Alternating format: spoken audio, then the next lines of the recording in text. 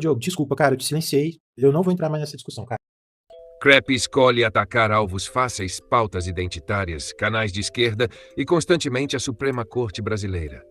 A princípio, poderia parecer que ele quer discutir problemas estruturais.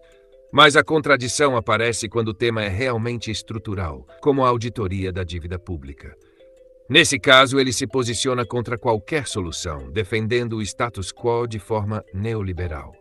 Sem Alexandre de Moraes, Bolsonaro teria vencido nas eleições, e a esquerda estaria neutralizada diante de cenários parecidos com a Operação Condor e o AI-5, já vividos na América Latina. Enquanto isso, ignora ataques reais à soberania brasileira, como os de Trump, que atacam a Suprema Corte, interferem na economia e tentam minar o PIX para favorecer sistemas estadunidenses como o Mastercard, que lucram com impostos sobre transações. O exemplo do Equador, no ano de 2007, é claro. Diogo, a dívida do Equador é externa, cara.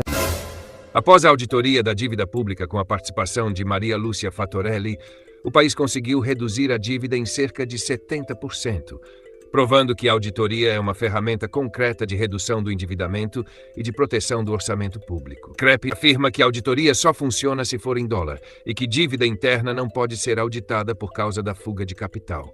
Isso é neoliberal.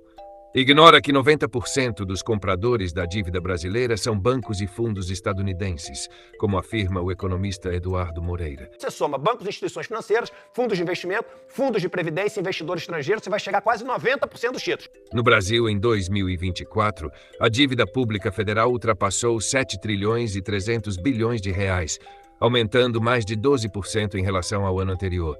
E CREP normaliza isso. Ele afirma que a auditoria só funciona se for em dólar e que dívida interna não pode ser auditada por causa da fuga de capital. Mesmo considerando fuga de capital, podemos entender isso como uma equação simples. Se a redução chega a 50% ou 70%, ainda que haja saída de recursos, o saldo final é positivo para a nação. Redução da dívida menos fuga de capital é igual a benefício líquido. Mesmo na dívida interna, o capital vem de fora e, se quiser sair, vai sair.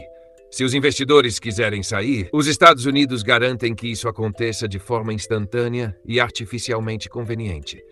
Eles controlam o dólar, manipulam juros, fluxos financeiros e a taxa de câmbio para que o capital entre e saia nas condições que lhes favorecem. Se a dívida fosse em dólares, seria ainda mais rápido. Bastaria um clique e o dinheiro desaparece do país. O Banco Central fica sem moeda, a circulação diminui e a população empobrece. Como disse Ciro Gomes, trigo é dólar e dólar é trigo. Dinheiro é artificial. O que sustenta a sociedade são recursos concretos: alimento, água, energia, saúde, moradia e produção. O Brasil tem tudo isso. Títulos de dívida e rentismo são instrumentos de controle, mas não mudam a realidade. Um país com recursos reais não fica desprotegido apenas porque o capital decide sair.